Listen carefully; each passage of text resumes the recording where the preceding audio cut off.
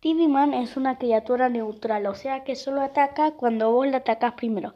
Pero si no la atacas cuando la ves, él te regalará una televisión y te la dejará afuera de tu casa.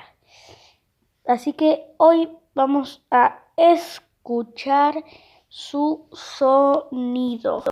Pero recuerda, si escuchas el próximo sonido a la madrugada, o sea de noche, más o menos desde la 1 a.m. hasta las 6 a.m., recuerda de que TV Man está cerca.